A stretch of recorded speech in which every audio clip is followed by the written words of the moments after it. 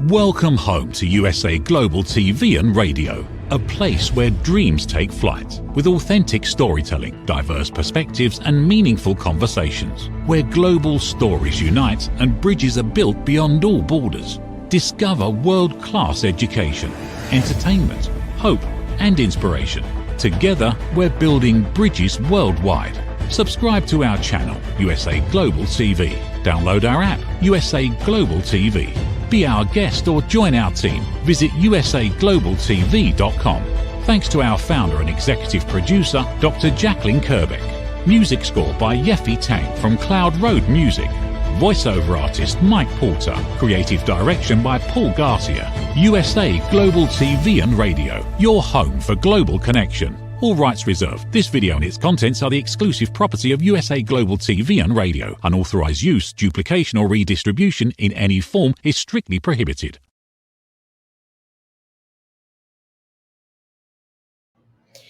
Good morning, good afternoon, good evening, and welcome home to USA Global TV and Radio. We proudly provide world-class education, entertainment, hope, and inspiration. I'm Dr. Jacalyn Kerbeck, and our show today is The Listening Mentor.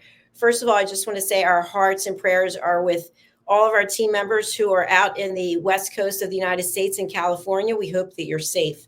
And also to everyone who's out there in the fire zones, we are praying for you. Today, we are going to be discussing some wonderful things, reflections that we can use to have a fulfilling year in 2025. And hopefully your year is off to a good start wherever you are, although we know there are people who are going through so many things, as I just mentioned, with California.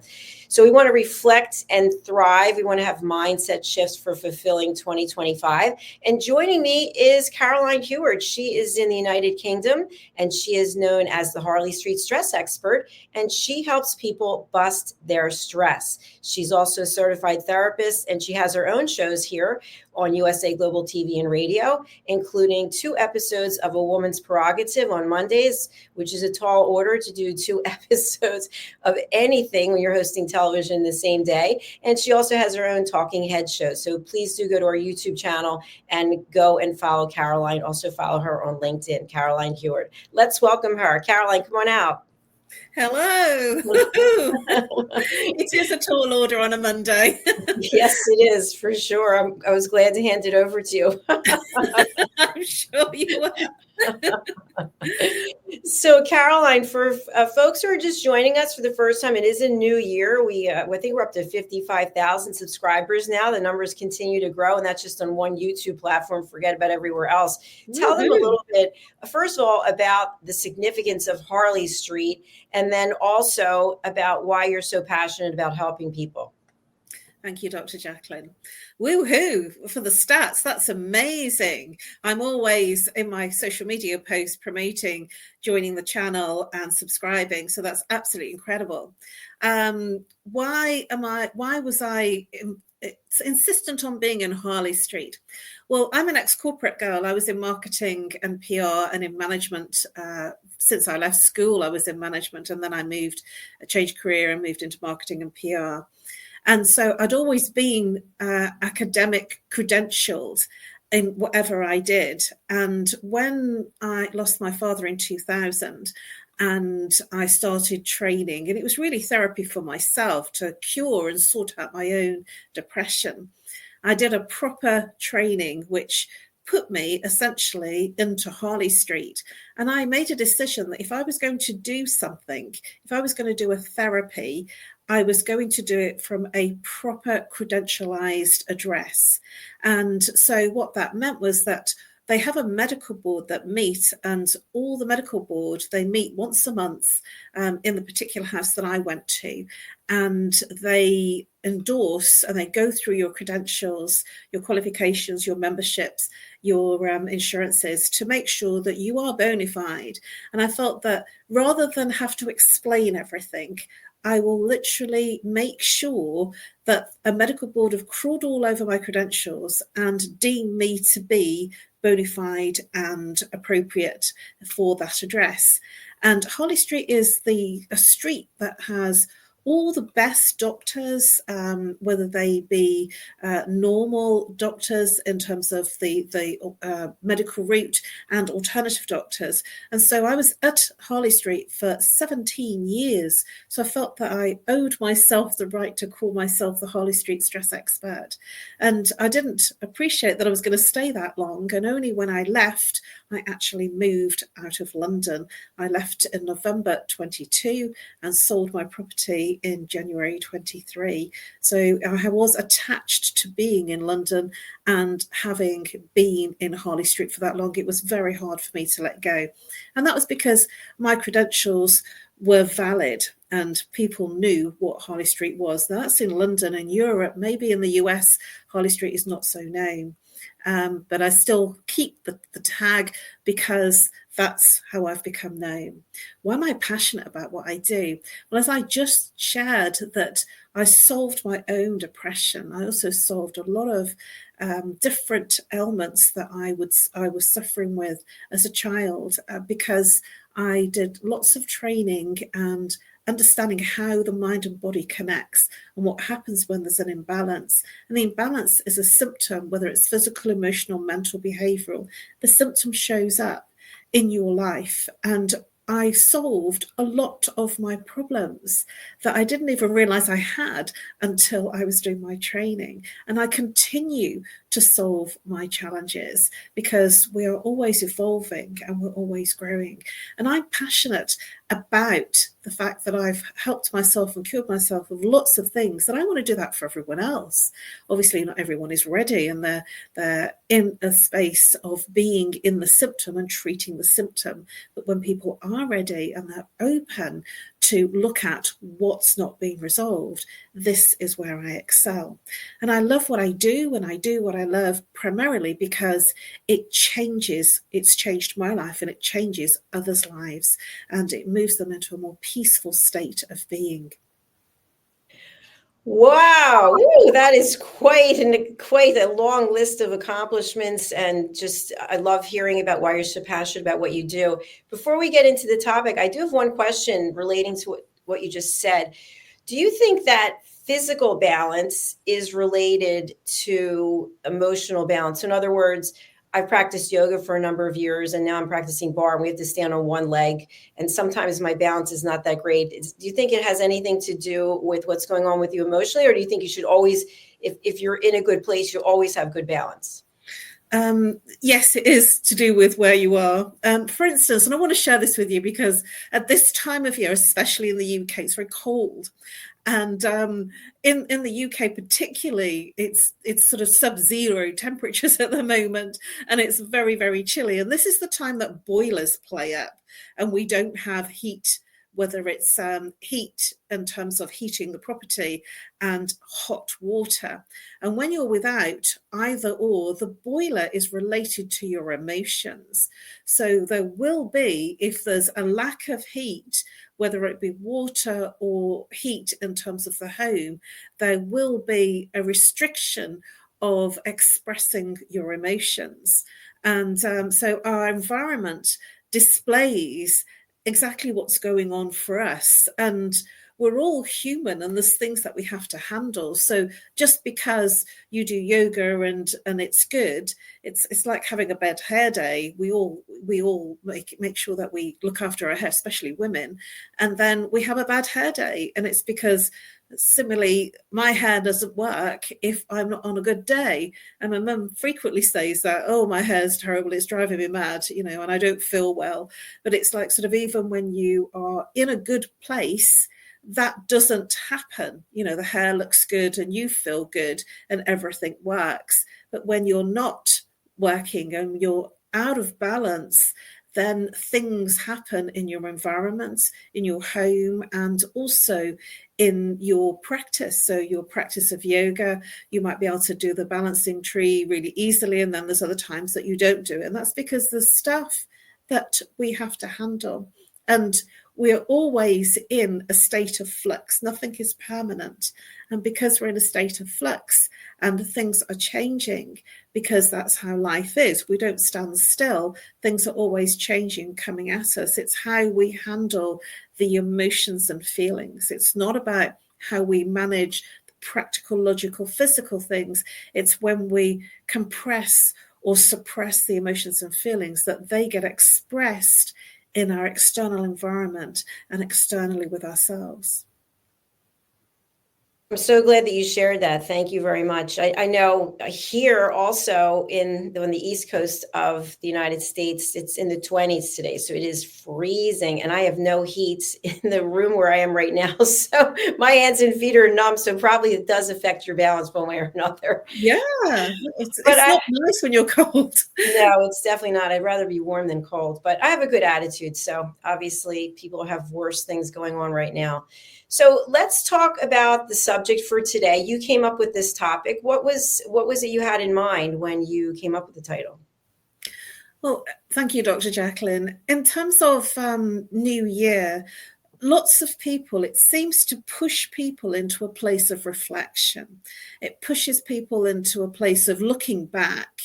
And if you are struggling or you've had a very difficult year, when you look back, you're looking back at maybe lots of challenges. And then it's very difficult to offset that and feel different, better, or feel positive. And it takes a lot of effort to feel positive, especially if there's challenges in your work, in your family, if there's sickness, then you've just rolled on to the next year. And so it's quite a hard press step forward to change and to be in a different space energetically, physically, emotionally, mentally.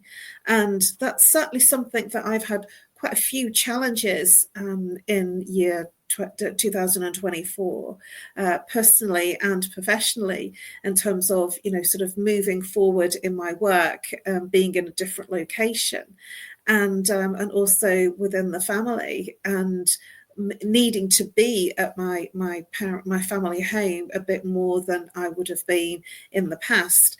And that's put pressure in terms of how I manage everything and what happens. And so it's been quite a challenging year, and it has been for many people.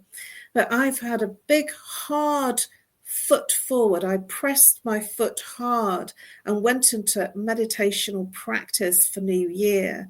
And I've been flying since January 1. Everything's been really going well.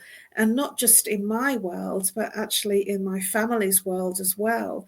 And I do feel that it takes a lot of effort, especially if you've had difficulties or challenges, whether it's personal, relationship, or business, to step forward into a new energetic space and make a change and make a difference, rather than just rolling into the new year with the same stuff.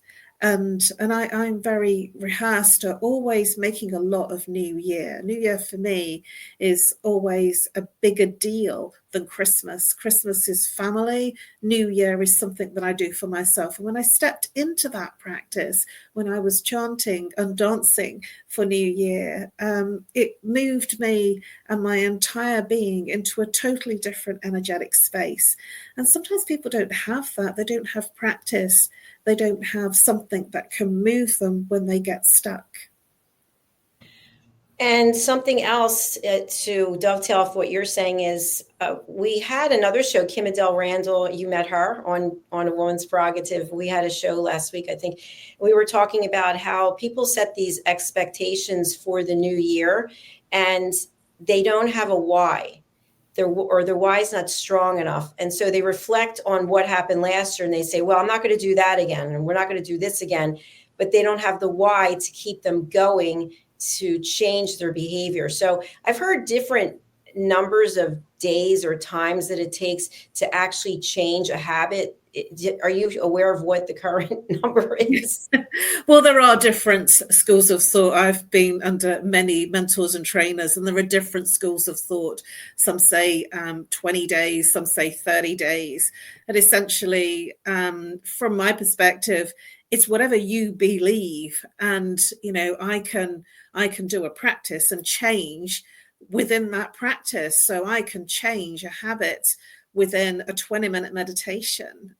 So it's whatever you have been trained, whatever you believe to be true, because everything's energy. That's going to get a bit woo now for some of our viewers. Everything is energy. And if we dissect who we are being, we are space and energy. And so we are very light. We have a very light body. The meat body is really our physical, but we are very light. And so if we have intention is it's a very light frequency, a very high vibration. And if we set intention, and then from intention follows thought, from thought follows feeling, from feeling follows behavior, follows action. And so it starts with intention, which is a very high state of being. So I believe personally that if I've done a meditation for 20 minutes, I believe, and it's true for me, that I can change state and my being and change my outcomes straight away. And so it just depends on who you follow. But I'm very much of the mindset that it's possible. Anything is possible if you believe. And if you believe it takes 20 days, 25 days, 30 days, 28 days, then it does. It's whatever you believe. It's all about your mindset and then being committed to it. So I agree. I know there's a couple of things I thought that I was considering changing, and then I thought, no, I don't think so. And at the same time, before New Year's, I think it was maybe 3 or 4 days before it, I just decided I was going to stop eating sugar because I hadn't eaten it for years. And then taking care of my mom, I started eating it again, and I just stopped. I haven't even thought about it, which is weird when I get up and I would typically have 4 chocolate chip cookies or Reese's cups. Like that would be my breakfast, would be completely sugar. And then just to stop it. But I have a why. And the why is that it's so unhealthy. It's bad for everything. So that was a strong enough reason for me to just not even think twice. Well, what you've mentioned there, the why, and you've made a decision. I did quite a lot of training in Florida and Daytona with a group called Avatar, and we would call that making a decision. When you decide, so when you say I decide, that is stronger than any other woolly thing that you can consider. So it might be, you might say something like, I need to give up sugar. Then the mind finds that a task and it finds it very difficult. I need, I must, I have to. Those words are very task focused, and it's like the mind starts to go into battle and then it retaliates, and it's very difficult. But if you say things like, I choose, I will, and I am, those phrases are much lighter, they're higher vibration, and then you become whatever it is that you have decided. You can't say, I am happy, if you don't feel it. You can't say, I am a multimillionaire, if you don't feel it or act it. But the mind does not know what's real or imagined. And so it is possible to feel something without even actually being there. This is again a bit woo. It's much more about, we are energy and frequency. And so I always do my best, especially if I'm in any written communication, I always say thank you. And I express that, in deepest gratitude, or thank you, because when you say thank you, you're thanking the person for more of what's good, what you're grateful for. Or if you say, I really appreciate, I'm grateful for this, that moves you into a higher vibration, and then things move and they become easier, and they move on a momentum. But if you're saying things like, I must, I should, I need to, then it's very hard work, and it's not so easy. So the fact that you've decided, I decide, that's all you need to do. I decide, and that's it. There is nothing there. You've chosen, you've made a decision, and it's a high vibrational decision frequency. And so then it happens. But if you say, I mustn't have any more sugar, or I mustn't dip into the chocolate, because I have a chocolate drawer, you mustn't in the fridge, I mustn't go into the chocolate drawer, I mustn't fill the chocolate drawer, that just makes you worse. So I choose to, I decide, and I think everything's okay in moderation. I really like that about choosing and deciding. I think just reflecting on some conversations I've had with other people that are in a relationship with someone, I've heard people say, well, my partner told me this would be a good time to lose weight, or I should do this, or I should do that, so I'm going to join the gym.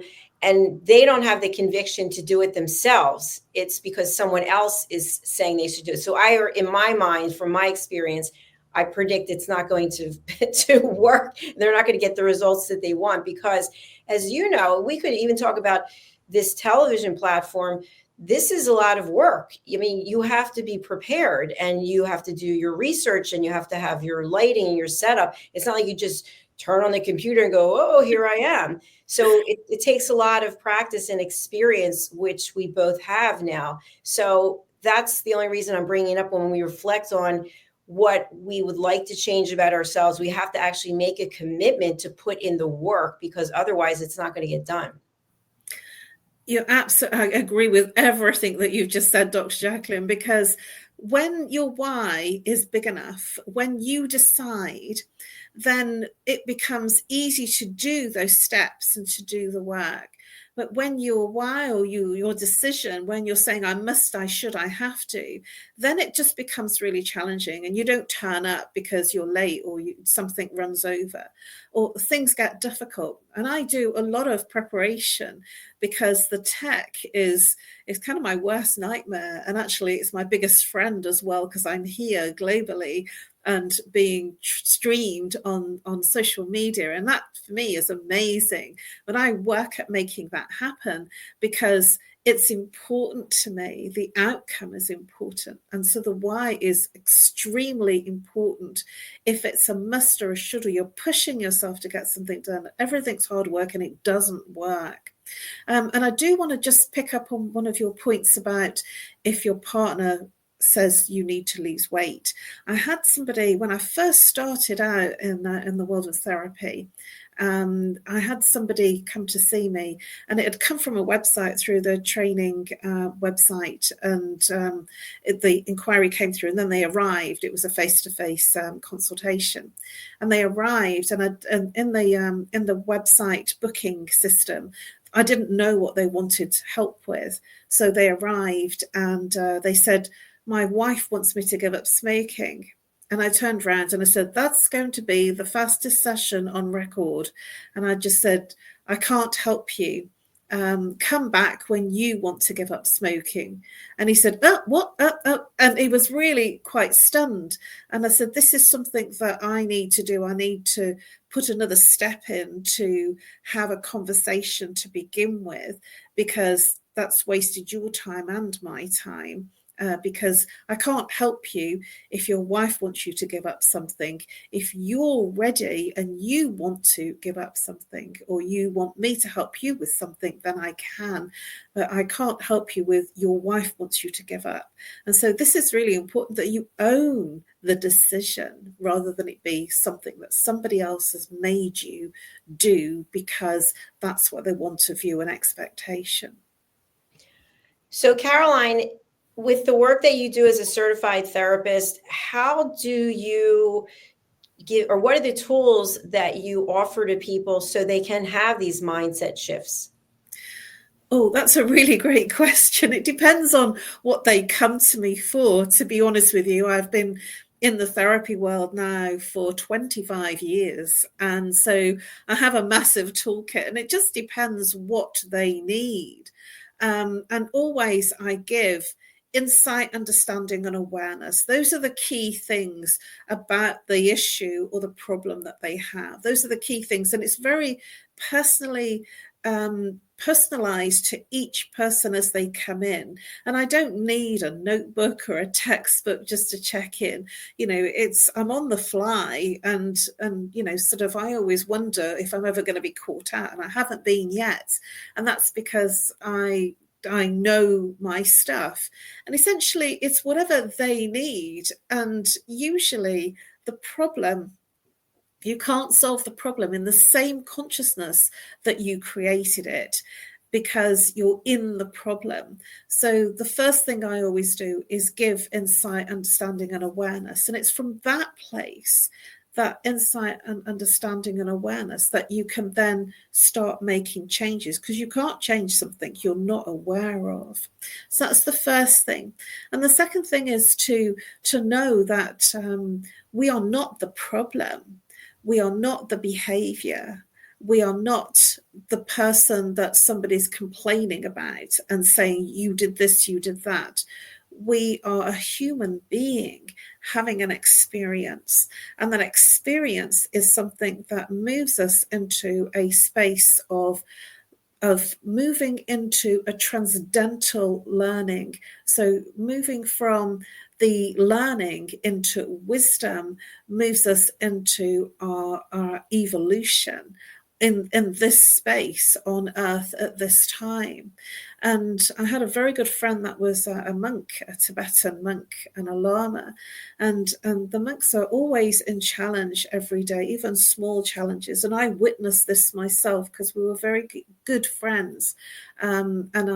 We personally chatted about all sorts of things. So he wasn't above having those deep and meaningful conversations. And we frequently talked about the challenges that he and I were having in our own respective worlds. And through the challenges, he watched me evolve as well as I watched him evolve, which was a beautiful journey to do together, because we did lots of trainings together as well. We had a lot of similar same mentors and trainers. And so if you consider that everything is an evolvement of you in terms of moving forward, that challenge isn't to stop you. Challenge is for your growth, and challenge is for you to transcend, to learn the wisdom to move forward. And we can't find the wisdom unless we step into awareness. I also use a lot of cognitive behavior therapy tools. I never know what they need until they come to me. So I don't kind of step into, right, I'm going to do a bit of CBT now, and right, I'm going to do a bit of NLP now, and right, I'm going to do a bit of this. It's just all very much a mesh of whatever the person needs. And I never consider it's a this or a that. I give them exactly what they need. And everybody needs different things because everything's so personalized. We are individuals after all. Very well said. Absolutely. Now, what about the mindset that you need to have when you're going for a goal and there's an obstacle that comes up, or you fall off the wagon, so to speak, and you veer off course? Is that a complete loss, or is there a way to shift your mindset and give yourself grace and continue to move forward? What a great question, Dr. Jacalyn. Because we set goals, don't we? And then we're not quite there. And the time when it happens, when we're almost there, but we've not quite made it, that's the point that a lot of us can give up and say, no, I can't do it. I've given up. And then if somebody in your corner says, come on, and they give you a bit of encouragement, because at that point when you're almost there but not quite, there will be, for many people, a feeling of discouragement, a feeling of, well, I've got so far and I'm just not going to do it. And I worked a lot on this particular aspect, because I would get so close and then just before I was about to tip over, something happened, a challenge happened, and it didn't come through. And I would say, right, that's it. That's how it is. And then I did a lot of work around this aspect of feeling discouraged when I was doing my training in America, actually in Florida. And about this time, I would be preparing to go to America because it was always at the end of January, towards the middle of January and into February. But now all their stuff is online, which is amazing. And in that space of feeling disenfranchised, it was then a feeling of moving from that discouragement to taking that small step and moving into the power of continuing and achieving. And sometimes it's just a couple of little things that move you from the place of, right, it's all over, I've not achieved it, to moving into glorification and achieving what you set out to do. And many people suffer with this. They get so far and then they give up. And it's that little piece that can take them over the edge, where they become, that they move into a place of superstardom because they've achieved it. So that, I like what you said about the superstardom. So depending on where you are in your life and your journey, what your goals are, and what level of commitment you have to those, you might feel like you're a superstar, even if you're not someone who's well known around the world, right? You could be your own rock star. Is that right? Absolutely. Because who decides what success is? Everybody has different definitions of success. So what does success mean for me might be different from what it means to you, might be different what it means to Elon Musk, for instance, or Richard Branson, or our Prime Minister, or your Prime Minister, your President. Success is different for different people because it's what we deem a success. And when we set goals and we say, I want to be successful at X, Y, and Z, it's important to understand what that means, what success means to you. How will it feel? How will you feel? How will you look? How will you speak? How will you be dressing in that space of that success? And so success is an extremely personal thing. And when somebody says, when you're successful, you will be doing X, Y, and Z. Maybe the president is doing X, Y, and Z, but when you're successful personally, it's a different feeling and a different experience of success. I think that I really like the way that you made it a simple thing for people to understand, that when we believe in ourselves and we're committed to doing certain things, we can achieve our own level of success that really doesn't have to be on the scale with anyone else. It doesn't have to be that we're on television or that we are someone who's well known. And I think it would be remiss if we didn't bring up, because of all the fires going on in California, what about people who had the best of intentions and then all of a sudden they wake up and they find out they have to evacuate and they've lost their home? How do they reframe that? Because there's got to be a lot of trauma that's involved with that. Just the fact that you have to evacuate, you see the flames everywhere, and then, you may lose things that are really important to you. Hopefully it's not family members, but how do you deal with that? Absolutely. And thank you for bringing up such an important aspect for this show, because when there is a challenge, what we tend to do, and it's our natural human instinct to preserve life. That's our natural go-to. No matter what happens, our natural go-to is to preserve life. So, for instance, if there's a family and they have a young child, the mother or the father would naturally go and rescue the child, no matter what. It might be in a burning house, but they would rescue the child and they would get strength from wherever it is. So that's the logical, practical, instinctual, human instinct to preserve life. And then from that, when you have gone through that trauma of what's happening right there and then it's about how you survive, how you deal with the aftermath of what's happened. And I have a good friend that I did some training with who lives in Florida, and he lost his yachts. He lost a lot of the things that, sort of, I would say, the boy toys that he had.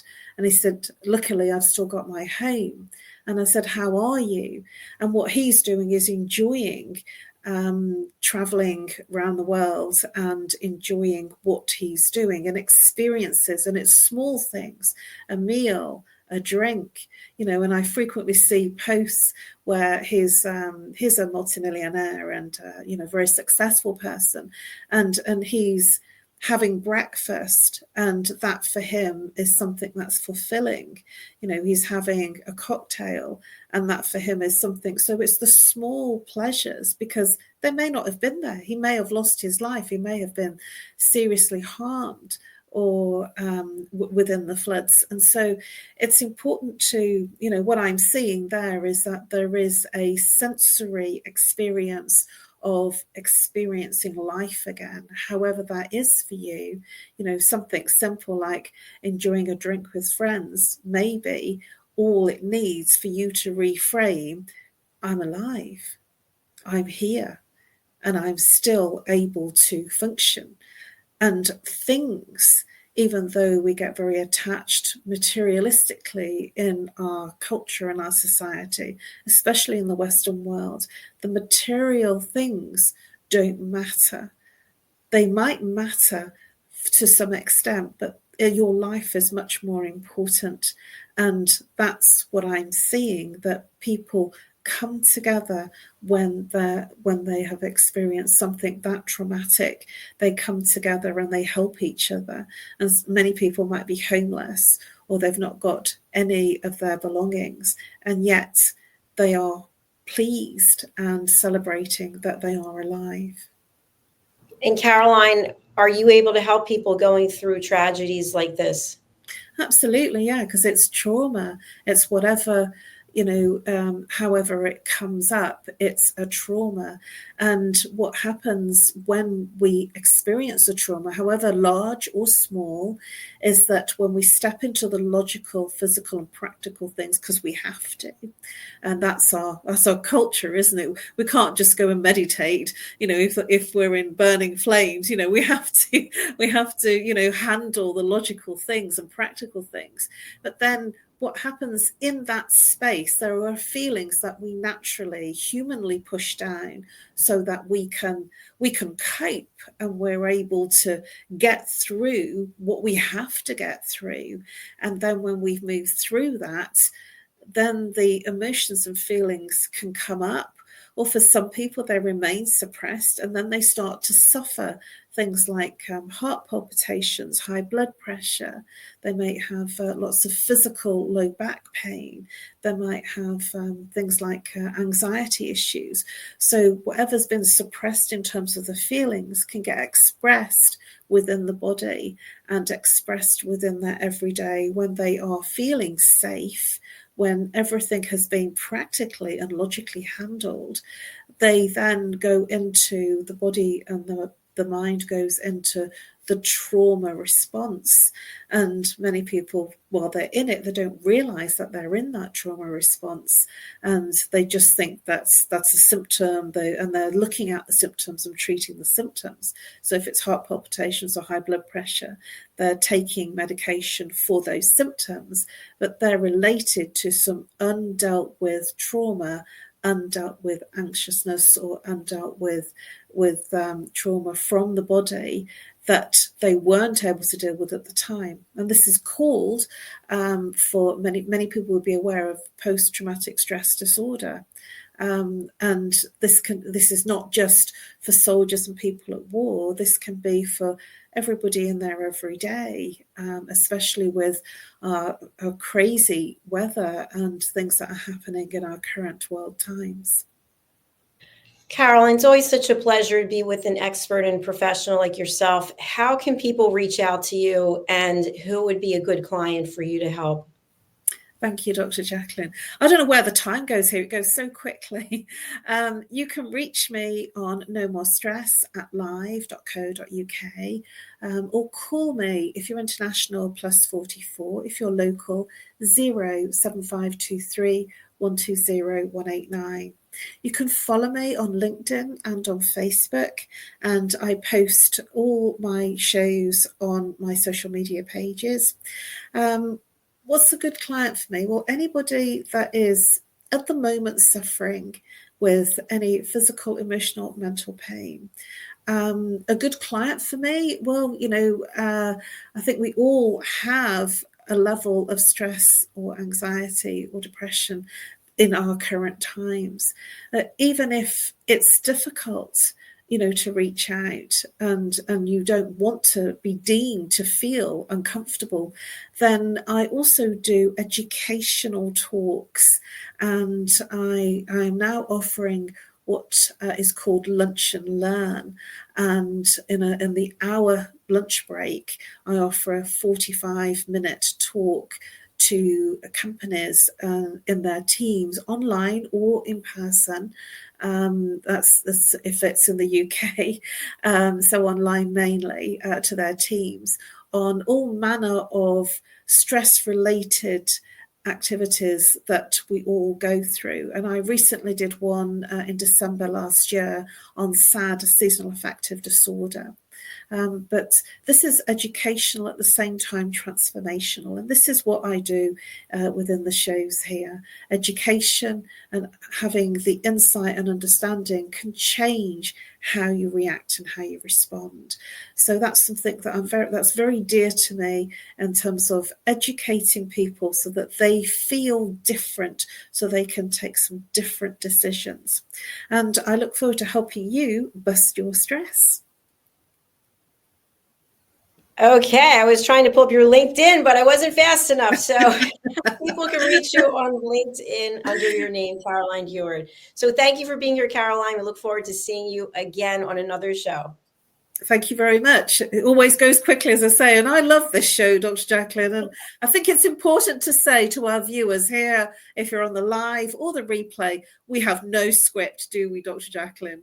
No, we don't. We don't know where it's going to go. So, no idea what you're going to ask me. I don't know what I'm going to say. This is me and you here, and what you're seeing is raw. So, and it always works, doesn't it, Dr. Jacalyn? Yes, it does. Yes, it does. Because you know your subject matter. You don't need a script. And I never know what I'm going to ask you because I just follow the flow of the conversation. So that's really what the listening mentor is. It's about listening at an elevated level. So I'd encourage people to put your phones down, focus your attention on the other person, and just follow the conversation, see where it goes. You might actually learn something. So I look forward to seeing you in 2 weeks' time. All right. Sounds good. Bye-bye. Bye.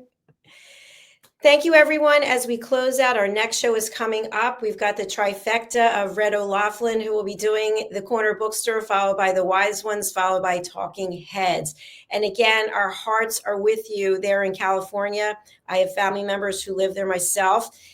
Quite concerned from looking at what is on the news. It's really horrific. I've never seen anything like it. So hoping and praying that these incredible firefighters will be able to get these fires out and get as many people safely back to their homes or to a shelter, wherever it is, so people are safe.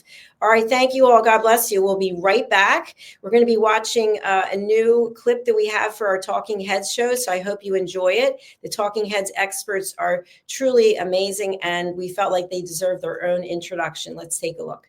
Get ready for Talking Heads, the show where expert insights meet world-class education, entertainment, hope, and inspiration. Brought to you by USA Global TV and Radio. Meet our distinguished presenters. From the great state of Texas, longevity expert, award-winning author, publisher, and distinguished Toastmaster, Red O'Loughlin. From London, England, soul heart awakener, novelist, vocal coach, and artist, Dr. Madeline Chan. Also from England, the Harley Street stress expert, therapist, ambassador for peace, and speaker, Caroline.heward. And from Australia, ICF PCC credentialed coach, entrepreneur, and leadership coach, Mariska Dupria. Experience their expertise, connect with their wisdom, and transform your perspective. Watch Talking Heads on the USA Global TV and Radio Network.